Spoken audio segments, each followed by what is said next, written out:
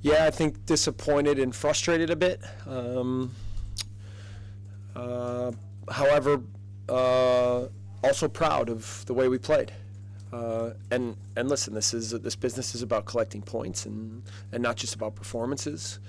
But clearly, I think that was a showcase of the way that we can play when we're at our best. So we've had a number of games where we've been on top of things, been the better team, and we don't find ways to get the goals that we deserve in those moments, and then it keeps the opponent around or gives them the chance to find a goal or to find the lead, which makes the game and the sport feel very cruel. But in the end, it's what it is, and we have to get better in the final third and capitalize on chances. Yeah, there were a lot of chances, but prior to that, though, Jesse, how do you legislate for what happened with Rodrigo today? I mean, it was just almost a ludicrous decision to do what he did, which is pretty costly. Yeah, I mean, we knew that the workload for that position in the match was going to be heavy, and so the idea was that we were going to trade Rodrigo and Patrick no matter what, and we just decided to do it at halftime. Obviously, Rodrigo makes the choice to play this big switch that is not normally what we like to do, and it leads to a moment that costs him and the team. But in general, Rodri's had a good run of form with us, and we need him. We need him to get hot. We need Patrick to get hot. We need guys to score goals. So, I obviously I'm disappointed for Rodri, but in the end, he's an important guy. Mick Arteta said that's the biggest test he's been put under this season, and just how good a second half was that from you? Is that the best you've been? Yeah, I think part of it was that we pushed the tempo so high in the first half that it was a lot for them to handle after travel and everything. We were better. We were better on the day, but we were walking away with nothing. So we've got to find ways to take the good things and have it add up to results. There was a red card at the end which was rescinded.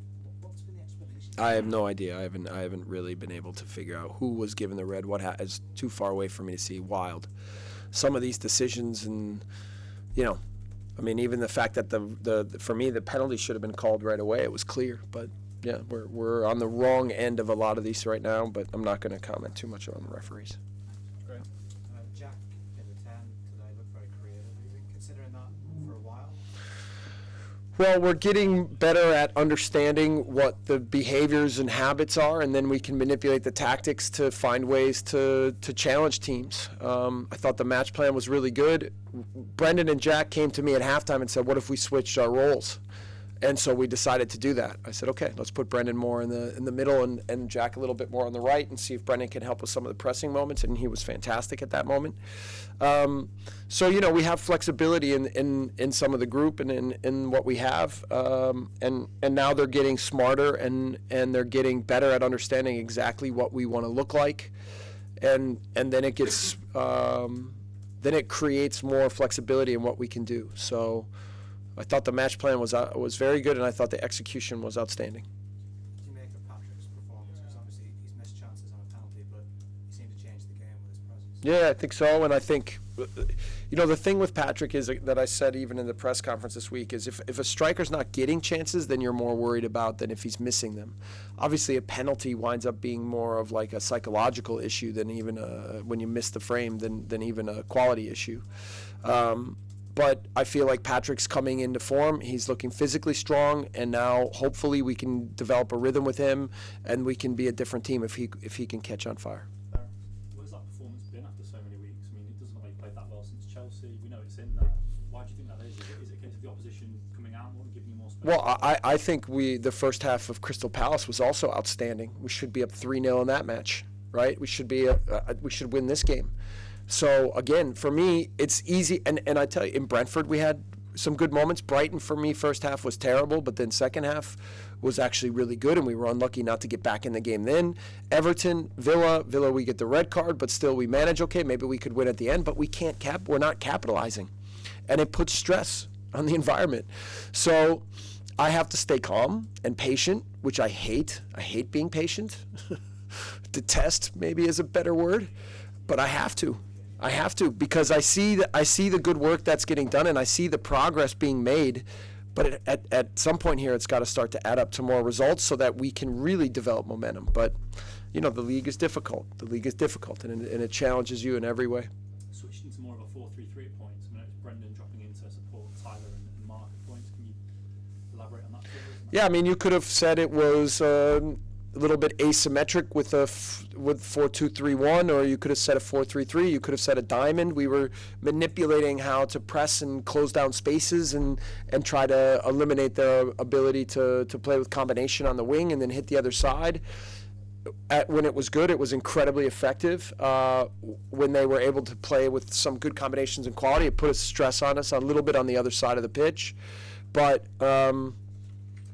again, I think tactically, performance-wise, in a lot of ways, we were better today. We were better. Phil? Yep. Do you think it suits your team to be able to go toe-to-toe with other sides in the way that you did with Chelsea and Arsenal today? The other two come and played against you. Well, different teams are going to have different ideas of how they want to handle our intensity and our pressing. Some go long. Some sit deep and give us the ball. Some try to play through us. Some try to play big switches. And we have to continue to build tactical sophistication and understanding as to how to handle every moment. We're getting there. You can, I mean, even today, even first half, there's some really good moments where we win balls and we have chances to maybe create something that doesn't quite come off. So I think it suits us to continue to understand exactly what the opponent is trying to do and then exactly how we want to handle it, and then to continue to play with confidence and belief and understanding and discipline for exactly what we want every game to look like and how that fits within our style of play and our tactical model.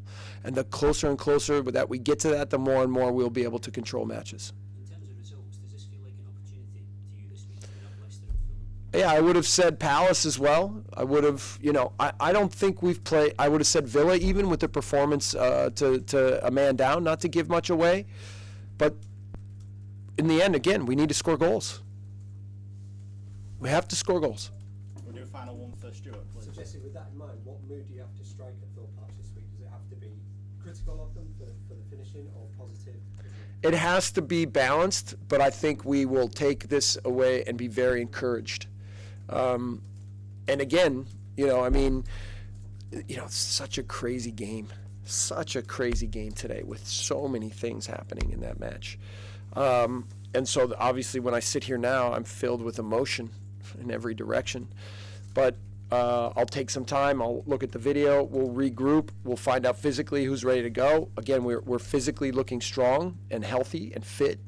And we've got to use the next matches to find ways to get more points out of it, because that's important for us right now in our season.